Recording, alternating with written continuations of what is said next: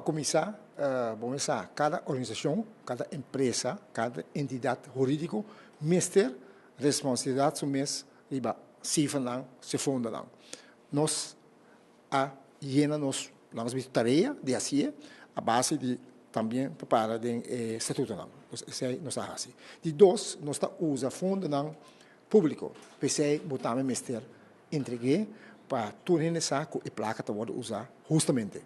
E a organização Caribbean Festival que compete, que opera mesmo com qualquer outra empresa ou instituto, que é aberta e PC também plana com os teams para poder ilustrar em entrevista com o ministro, plus também com a Fundação Mestre Baisaca.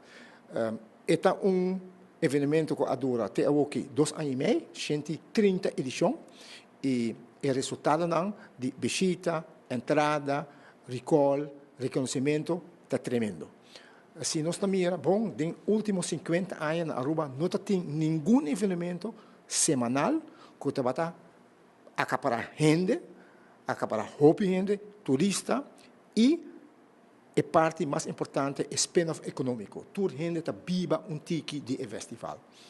E nós que seguir a ruta aí, pero door que o Ministério, que é o sponsor principal, o Ministério do Turismo, também tem bauta capa. Cultura, nós também tem bate onde a cultura está ressalta mais. Então, não é cultura de ave só, mas é cultura de antanho de ave. Então, é som biel, é som moderno. Seita é plano para 2014, 2015, 2016.